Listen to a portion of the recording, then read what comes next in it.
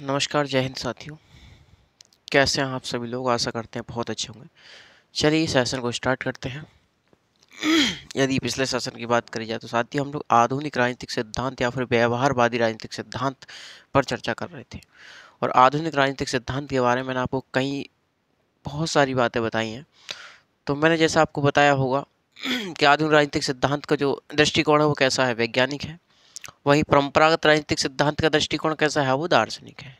कैसा है? दार्शनिक है।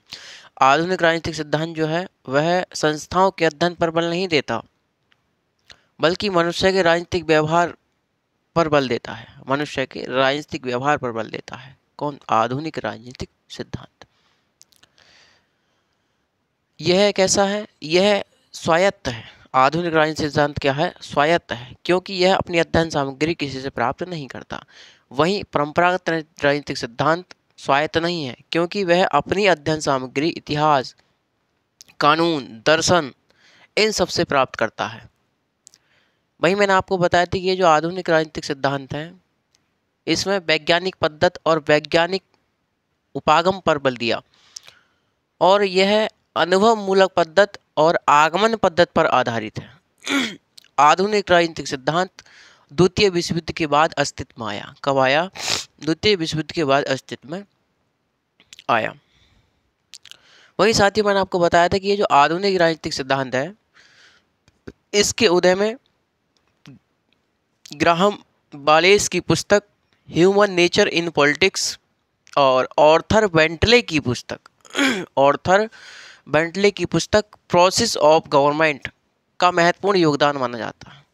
क्या माना जाता है? इन दोनों किताबों का महत्वपूर्ण योगदान माना जाता है साथियों। ठीक है। आधुनिक राजनीतिक सिद्धांत के उदय में अमेरिकन सोशल साइंस एसोसिएशन और सोशल साइंस रिसर्च काउंसिल, इन दोनों का भी महत्वपूर्ण योगदान माना जाता है साथियों। सन 1925 ईस्वी में शिकागो विश्वविद्यालय में एक राजनीतिक शास्त्रियों की बैठक हुई थी, जिसमें यह निर्णय लिया गया कि ये जो परंपरागत राजनीतिक सिद्धांत है यह लोगों की समस्याओं के समाधान में क्या है, सक्षम नहीं है। इसलिए इस सिद्धांत में परिवर्तन करके हमें दूसरा सिद्धांत अपना लेना चाहिए। ठीक है साथियों। आधुनिक राजनीतिक सिद्धांत के उदय में चार्ल्स मेरियम का महत्वपूर्ण योगदान माना जाता है। किसका? चार्ल्स मेरियम। क्यों? क्योंकि 1925 में जो शिकागो विश्वविद्यालय में राजनीतिक शास्त्रियों की जो बैठक हुई थी उसमें चार्ल्स मेरियम की अध्यक्षता में ये बैठक हुई थी। इसलिए चार्ल्स मेरियम को आधुनिक राजनीतिक सिद्धांत का बौद्धिक जनक कहा जाता है, या फिर व्यवहारवादी राजनीतिक सिद्धांत का क्या कहा जाता है? बौद्धिक जनक कहा जाता है। इसे हम व्यवहारवादी क्यों कहते हैं? क्योंकि इसने संस्थाओं के अध्ययन पर बल न दे करके किस पर बल दिया? मनुष्य के राजनीतिक व्यवहार को जानने का प्रयास किया, मनुष्य के राजनीतिक व्यवहार पर बल दिया, जानने पर बल दिया। इसलिए हम इसे व्यवहारवादी राजनीतिक सिद्धांत भी बोलते हैं साथियों। ठीक है, इतनी बात आपको पता चल गई। आगे चल करके साथियों एक है कौन है? David Easton. एक है डेविड ईस्टन। डेविड ईस्टन ने व्यवहारवादी राजनीतिक सिद्धांत को आगे बढ़ाया साथी, आगे बढ़ाया, और मनुष्य के राजनीतिक व्यवहार को सही सही जानने के लिए उन्होंने कुछ मॉडल, कुछ सिद्धांत प्रस्तुत किए। किसने? डेविड ईस्टन ने। डेविड ईस्टन ने कुछ सिद्धांत, कुछ मॉडल प्रस्तुत किए जिससे कि मनुष्य के राजनीतिक व्यवहार को अच्छे से जाना जा सके, सही सही जाना जा सके। इसलिए डेविड ईस्टन को हम क्या कहते हैं? व्यवहारवाद का जनक कहते हैं। डेविड ईस्टन क्या कहते हैं? हम व्यवहारवाद का जनक कहते हैं। डेविड ईस्टन को आगत निर्गत सिद्धांत का भी जनक कहा जाता है। आगत निर्गत सिद्धांत का भी जनक किसको कहा जाता है? तो डेविड ईस्टन को कहा जाता है। डेविड ईस्टन को व्यवस्था सिद्धांत का जनक भी हम कहते हैं। क्या कहते हैं? डेविड ईस्टन को व्यवस्था सिद्धांत का जनक भी हम कहते हैं साथियों। किसको? व्यवस्था सिद्धांत का जनक भी हम कहते हैं। डेविड ईस्टन को मूल्य के आधिकारिक आवंटन के सिद्धांत का भी जनक कहा जाता है। मूल्य के आधिकारिक आवंटन के सिद्धांत का जनक भी कहा जाता है। एक है साथियों कैटलिंग। कौन है? कैटलिंग। कैटलिंग क्या कहते हैं? कैटलिंग कहते हैं कि राजनीति विज्ञान शक्ति के अध्ययन के अतिरिक्त और कुछ नहीं। क्या कहते हैं? कैटलिंग कहते हैं कि राजनीति विज्ञान शक्ति के अध्ययन के अतिरिक्त और कुछ नहीं। राजनीतिक विज्ञान शक्ति के अध्ययन के अतिरिक्त और कुछ नहीं। कौन कहते हैं? तो कैटलिंग कहते हैं। एक है लासवेल।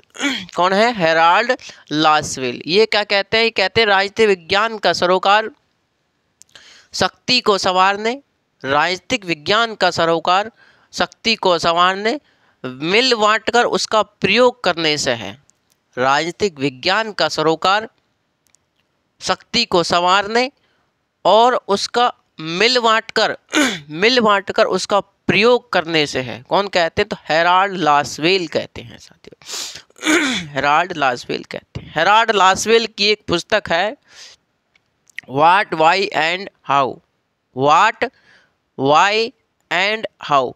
शक्ति क्या है, शक्ति कैसे है, शक्ति क्यों है। ये किसकी पुस्तक है? तो हेराल्ड लासवेल की पुस्तक है साथियों। हेराल्ड लासवेल की पुस्तक है। डेविड स्टर्न ने व्यवहारवाद को आगे बढ़ाया और व्यवहारवाद के जनक कहलाए। लेकिन साथियों एक समय ऐसा आया जब लगने लगा कि ये जो आधुनिक राजनीतिक सिद्धांत है ये भी लोगों की समस्याओं को सुलझाने में क्या नहीं है, सक्षम नहीं है। इसलिए पुनः राजनीतिक शास्त्रियों की बैठक बुलाई गई और उसमें निर्णय लिया गया कि आधुनिक राजनीतिक सिद्धांत जो है ये भी लोगों के समस्याओं को सुलझाने में सक्षम नहीं है। इसलिए हमें इसकी जगह दूसरे सिद्धांत को अपने लेना चाहिए। उसके बाद आता है साथियों उत्तर व्यवहारवाद। कौन सा सिद्धांत? उत्तर व्यवहारवाद का सिद्धांत। इसके जनक कौन है? तो डेविड स्टर्न ही इसके जनक कहलाते हैं साथियों। ठीक है, आगे बात करेंगे अभी। चलिए हम लिखना स्टार्ट कीजिए। लिखना स्टार्ट कीजिए साथियों आप लोग। देखिए एक है डेविड स्टर्न, हमने आपको यहाँ तक तो बता दिया है कभी। चलिए लिखिए David stern. David stern, David stern. David stern ने क्या किया? कुछ मॉडल या फिर सिद्धांत, कुछ मॉडल या सिद्धांत प्रस्तुत किए।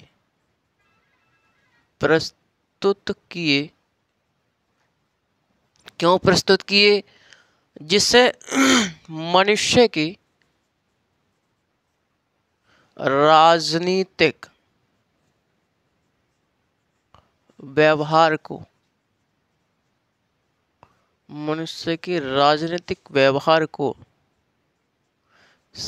सही जाना जा सके। सही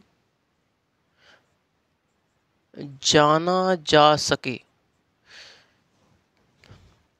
मैंने आपको बताया कि डेविड स्टर्न ने कुछ मॉडल या कुछ सिद्धांत प्रस्तुत किए जिससे मनुष्य के राजनीतिक व्यवहार को सही जाना जा सके। इसलिए हम साथियों डेविड स्टर्न क्या बोलते हैं? व्यवहारवाद का जनक कहा जाता है। लिखिए, इसलिए डेविड स्टर्न को क्या क्या कहा जाता है? डेविड स्टर्न को साथियों क्या कहा जाता है? डेविड स्टर्न को व्यवहारवाद का जनक, व्यवहारवाद का जनक, व्यवहारवाद का जनक, व्यवस्था सिद्धांत का जनक, व्यवस्था सिद्धांत का जनक,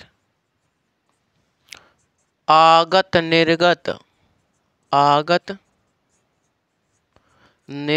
सिद्धांत का जनक, आगत निर्गत सिद्धांत का जनक कहा जाता है इनको। मूल्य के आधिकारिक आवंटन के सिद्धांत का जनक, इनको क्या कहा जाता है? व्यवहारवाद का जनक कहा जाता है, व्यवस्था सिद्धांत का जनक कहा जाता है, आगत निर्गत सिद्धांत का जनक कहा जाता है, मूल्य के आधिकारिक आवंटन के सिद्धांत का जनक कहा जाता है। किसको? डेविड स्टर्न को साथियों। ठीक है, एक है कैटलिंग। कैटलिंग क्या कहते हैं? कैटलिंग कहते हैं कि राजनीति विज्ञान, क्या कहते हैं साथियों? कैटलिंग। एक है कैटलिंग। कौन है भैया? कैटलिंग। कैटलिंग। कैटलिंग क्या कहते हैं? ये राजनीतिक विज्ञान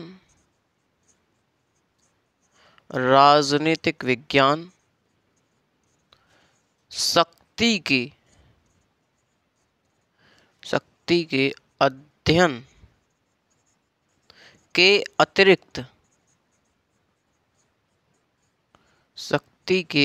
के अतिरिक्त और कुछ नहीं।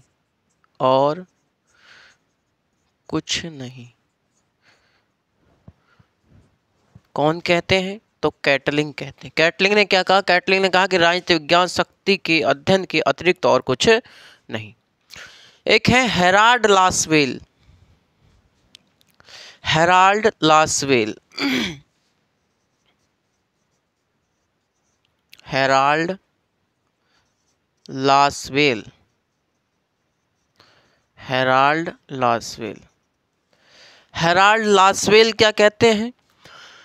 तो साथियों, हेराल्ड लासवेल जो है वो कहते हैं कि राजनीतिक विज्ञान का सरोकार शक्ति को संवारने एवं मिल बांटकर उसका प्रयोग करने से है। हेराल्ड लासवेल कहते हैं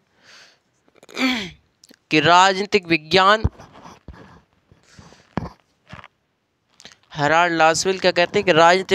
का सरोकार, देखिए, राजनीतिक विज्ञान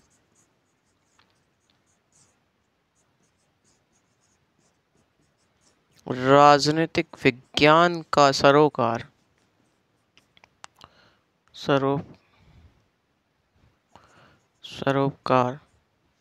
शक्ति को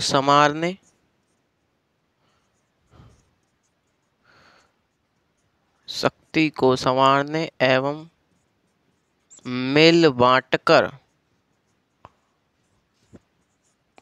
मिल बांटकर उसका प्रयोग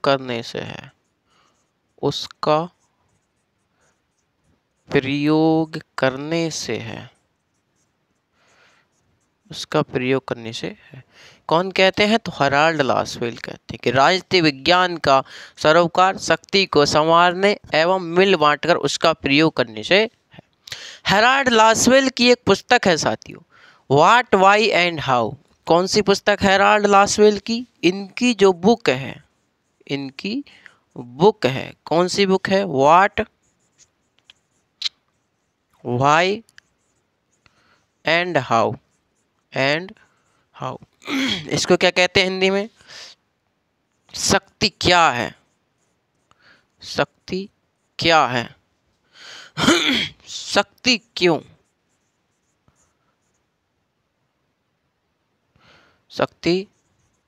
क्यों?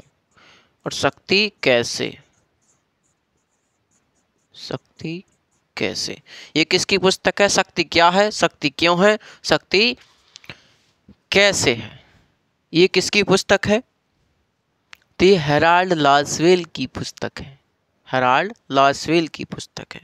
मैंने आपको बताया साथियों, डेविड स्टर्न ने व्यवहारवाद को आगे बढ़ाया और एक समय ऐसा आया साथियों जब उन्हें लगा कि ये जो आधुनिक राजनीतिक सिद्धांत है या फिर व्यवहारवादी जो राजनीतिक सिद्धांत है, ये लोगों की समस्याओं को सुलझाने में क्या नहीं है, सक्षम नहीं है। इसलिए क्या किया उन्होंने? इसलिए राजनीतिक शास्त्रियों की बैठक पुनः बुलाई और एक नए सिद्धांत का जन्म हुआ। कौन सा? उत्तर व्यवहारवाद। कौन सा? उत्तर व्यवहारवाद। कौन सा सिद्धांत आया फिर? उसके बाद आए साथियों उत्तर व्यवहारवादी राजनीतिक सिद्धांत। इसे जरा रफ कर दें। उसके बाद आता हमारा उत्तर व्यवहारवादी।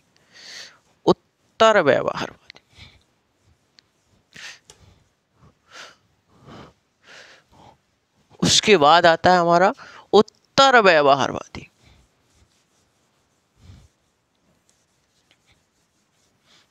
कौन सा सिद्धांत साथियों? उत्तर व्यवहारवादी राजनीतिक सिद्धांत। ले लीजिए साथी, कौन सा है भैया? उत्तर व्यवहारवादी। उत्तर व्यवहारवाद कौन सा आया? उत्तर व्यवहारवाद आया। ये क्या है साथियों? इसके जो जनक हैं, इसके जनक कौन है? तो वही हैं, कौन है? David Easton. David Easton, David Easton इसके जनक कौन है? तो डेविड ईस्टन इसके जनक कहलाएंगे। ठीक है। अब देखिए ये जो व्यवहारवादी राजनीतिक सिद्धांत है ये कैसे कैसे आया। आप जानते हैं साथियों कि एक तो था, हमने देखा पहले दो कौन कौन से सिद्धांत थे। हमने देखा कि एक होता परंपरागत राजनीतिक सिद्धांत, हमने देखा था। एक हमने देखा था आधुनिक राजनीतिक सिद्धांत, आधुनिक राजनीतिक सिद्धांत, है ना। ये जो परंपरागत राजनीतिक सिद्धांत था, इसका जो दृष्टिकोण था, इसका दृष्टिकोण कैसा था? तो दार्शनिक था। कैसा था? दार्शनिक था। और वही आधुनिक राजनीतिक सिद्धांत का दृष्टिकोण कैसा था? आधुनिक राजनीतिक सिद्धांत का जो दृष्टिकोण था वो कैसा था? तो वो वैज्ञानिक था। कैसा था? वैज्ञानिक था। परंपरागत राजनीतिक सिद्धांत ने क्या किया? परंपरागत राजनीतिक सिद्धांत ने संस्थाओं के अध्ययन पर, संस्था के अध्ययन पर बल दिया, संस्थाओं के अध्ययन पर बल दिया और मनुष्य के राजनीतिक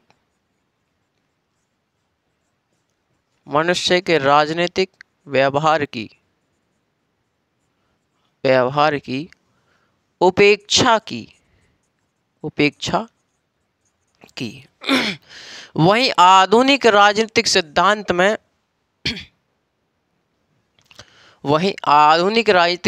में क्या हुआ? इसने मनुष्य की राजनीतिक व्यवहार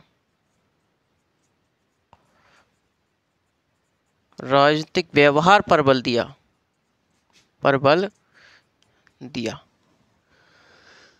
तो इसने क्या किया? इसने मनुष्य के राजनीतिक व्यवहार पर बल दिया।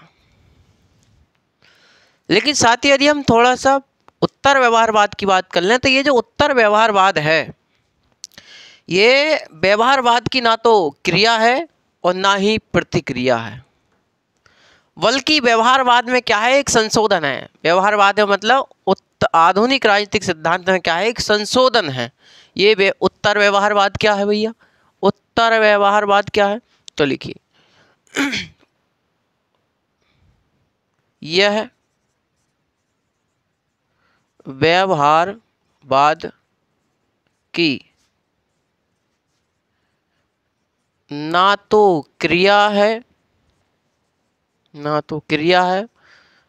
और ना ही प्रतिक्रिया है,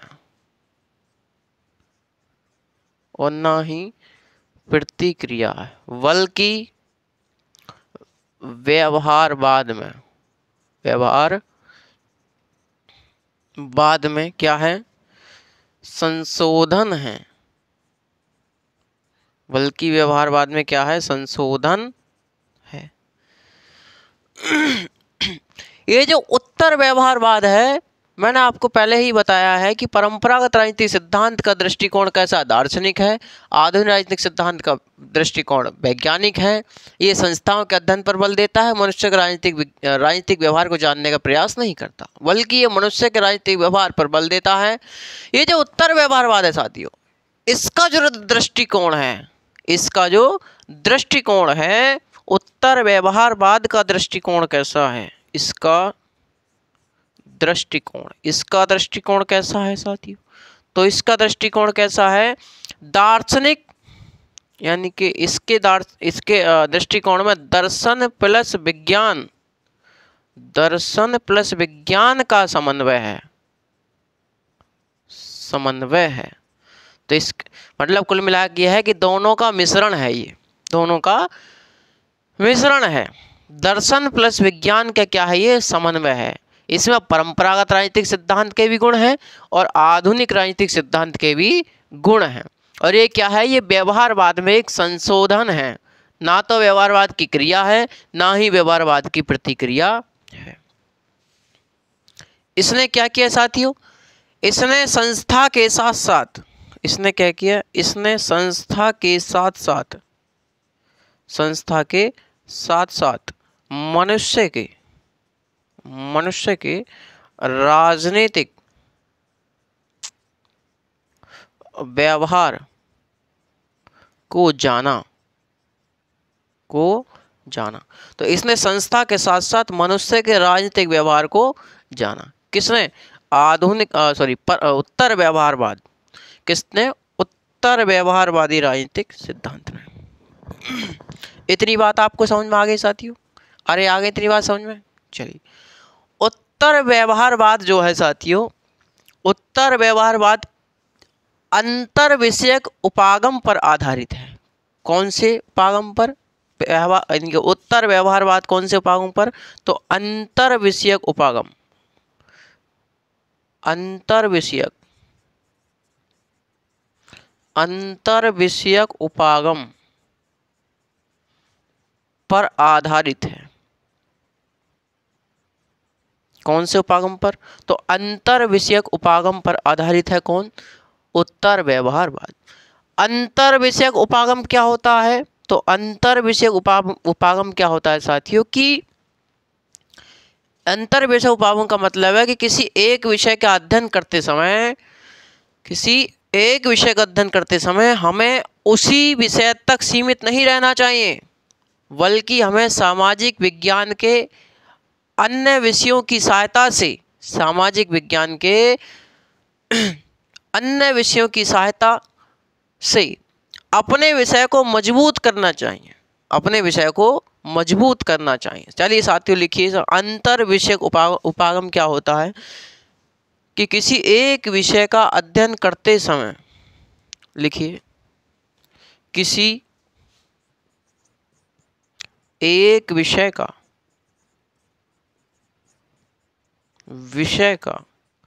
अध्ययन करते समय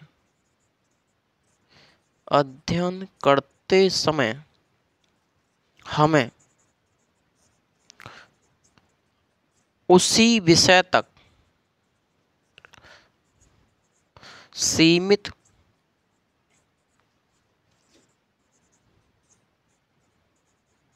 नहीं रहना चाहिए, बल्कि सामाजिक विज्ञान के अन्य विषयों की सहायता से, सामाजिक विज्ञान के अन्य विषयों की सहायता से हमें अपने विषय को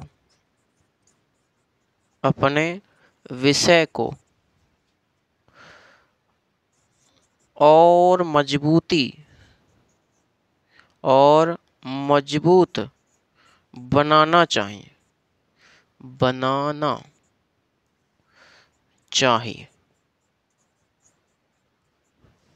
तो अंतर विषय उपागम क्या होता है, कि भैया एक विषय का अध्ययन करते समय हम उसी विषय तक सीमित नहीं होना चाहिए, बल्कि सामाजिक विज्ञान के अन्य विषयों की सहारा ले लेना चाहिए, उसकी सहायता ले लेनी चाहिए, और अपने विषय को क्या करना चाहिए, मजबूत करना चाहिए। साथ ही जरा 1 मिनट का इंतजार कीजिए आप, मैं जरा इंक डाल लूँ मार्कर में, क्योंकि आपको कम दिख रहा होगा, ये मुझे भी पता है, ठीक है।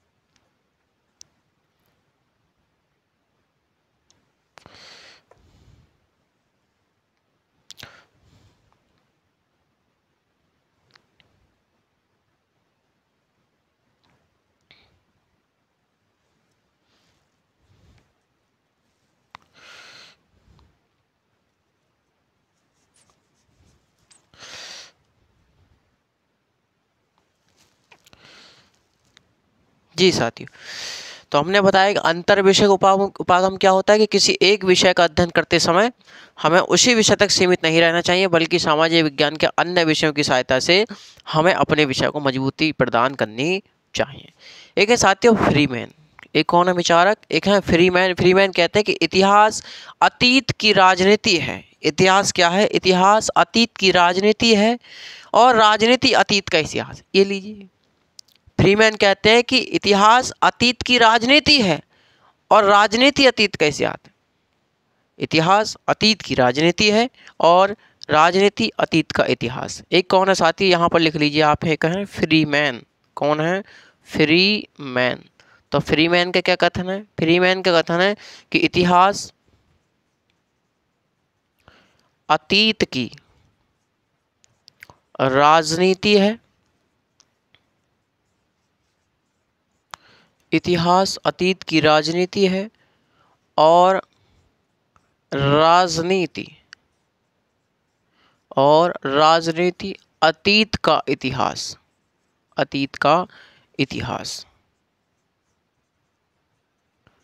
ये लीजिए साथी, ये किसने कहा? तो फ्रीमैन ने कहा कि इतिहास अतीत की राजनीति है और राजनीति अतीत का इतिहास। एक है सीले। सीले का कथन है साथियों, सीले कथन है कि राजनीति के बिना इतिहास निष्फल है। राजनीति के बिना इतिहास क्या है? निष्फल है। और इतिहास के बिना राजनीति निर्मूल है। लिखिए, एक कौन है? सीले हैं, सीले। सीले का कथन, सीले का कथन है। सीले क्या कहते हैं? सीले कहते हैं कि राजनीति के बिना इतिहास निष्फल है। राजनीति के बिना इतिहास निष्फल है। राजनीति के बिना इतिहास निष्फल है। राजनीति के बिना इतिहास क्या है? निष्फल है।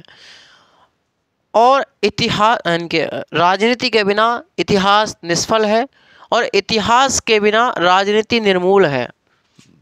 और इतिहास के बिना राजनीति निर्मूल है।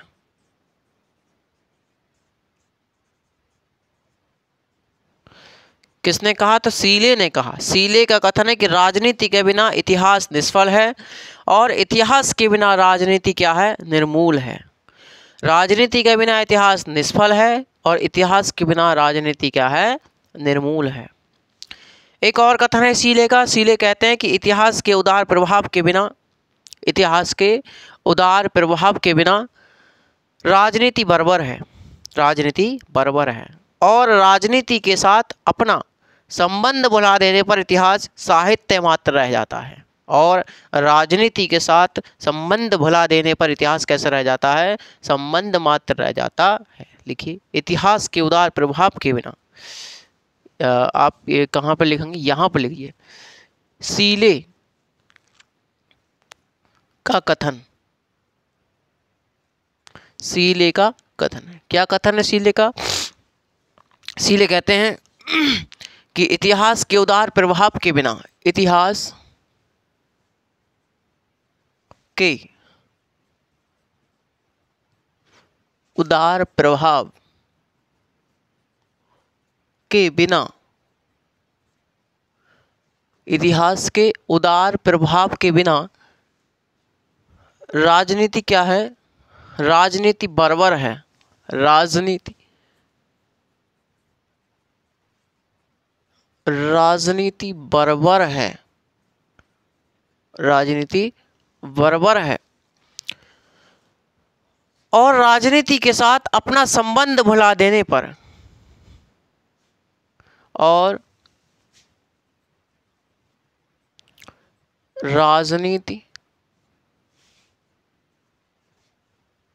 राजनीति के साथ अपना संबंध